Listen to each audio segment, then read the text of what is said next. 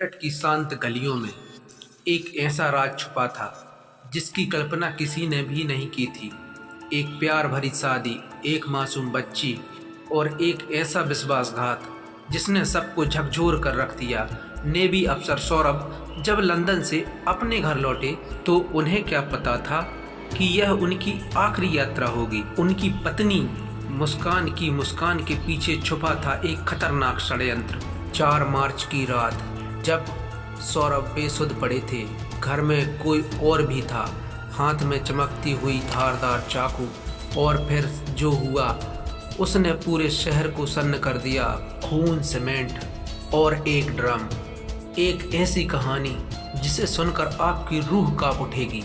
यह सिर्फ एक हत्या नहीं थी, यह था प्यार में अंधेपन का वह काला सच जो इंसान को शैतान बना देता है। लेकिन क्या जुर्म हमेशा छुपा रहता है? कैसे खुला इस क्रूर हत्या का राज? क्या मुस्कान और साहिल को उनके गुनाहों की सजा मिलेगी?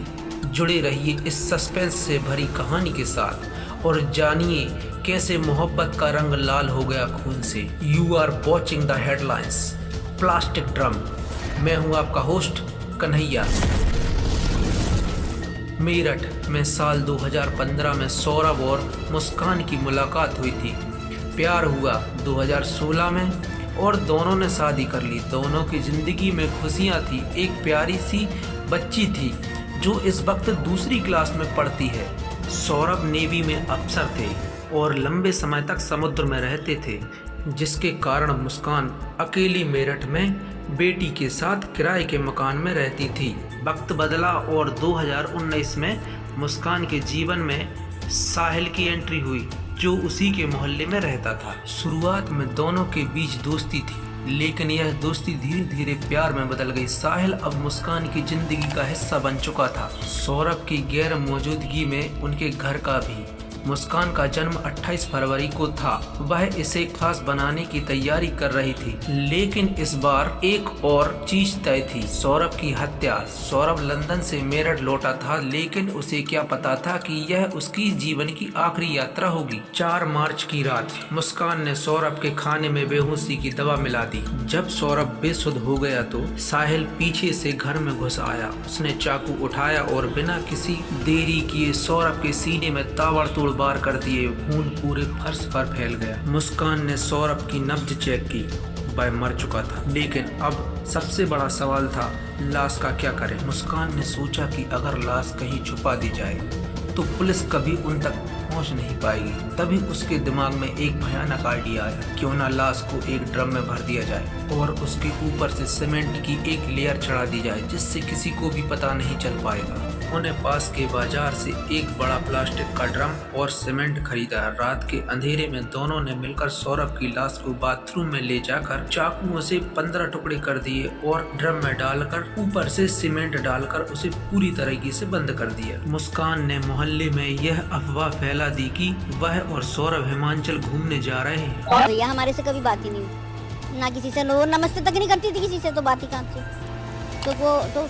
दरवाजा खोला, सामान लिया और फिर अपना गेट बंद कर लेती थी। नहीं, वो ही आता था, वो लड़का जुड़े वाला, बस वो जुड़े वाला लड़का। हाँ, उसे देखा और किसी को नहीं देखा। इसके बाद उसने घर में ताला लगा दिया ताकि किसी को शक ना हो। बाद में मुस्कान साहिल के साथ शिमला चली गई। वहाँ पर दोनों ने एक मंदिर में शादी की और दोनों हनीमून मनाने के लिए मनाली चले गए। पहले से ही दोनों ने ऑनलाइन होटल बुक किया हुआ था।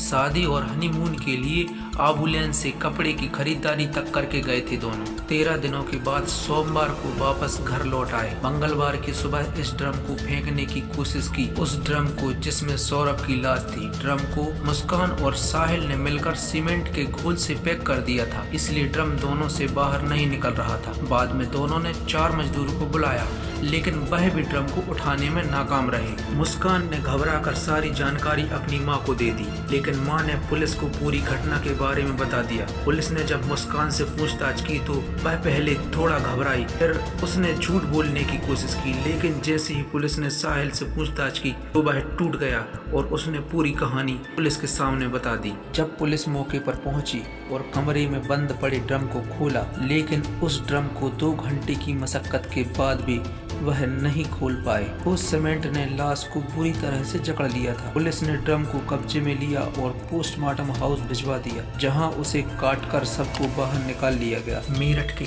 एसपी सिटी आयुष विक्रम सिंह ने बताया, सौरभ राजपूत 4 मार्च को मेरठ आए थे, तभी उनकी हत्या कर दी गई। वो चाकुओं से वार कर उसके सीने पर उसकी हत्या कर दी गई थी और उसके बाद ये बाथरूम में ले जाके उसका जो गर्दन है, सिर, उसको इन्होंने चाकू से काटा है और जो हथेलियां हैं उसको काट कर एक ड्रम में भरकर उसमें सीमेंट भर दिया था। मर्डर करने के बाद इन्होंने जो ड्रम है वो घंटाघर से और जो सीमेंट वगैरह है वो आपका शारदा रोड से खरीदा, उसके बारे में वेरीफाई किया जा रहा है। उनकी पत्नी मुस्कान और उनके प्रेमी साहिल ने मिलकर उन्हें मार दिया और लाश को ड्रम में छुपा दिया। हमने दोनों को गिरफ्तार कर लिया है और उनके खिलाफ हत्या और साजिश की रचने की धाराओं में मुकदमा दर्ज कर लिया गया है। परिजनों की तहरीर के आधार पर सुसंगत धाराओं के हिसाब से मुकदमा पंजीकृत कर लिया गया है। अब इन दोनों को माननीय न्यायालय के सामने पेश कर अवश्य कार्रवाई की जाएगी। सौरभ की मां और उनकी बहन यह खबर सुनकर फूट कर रोने लगी और कहने लगी,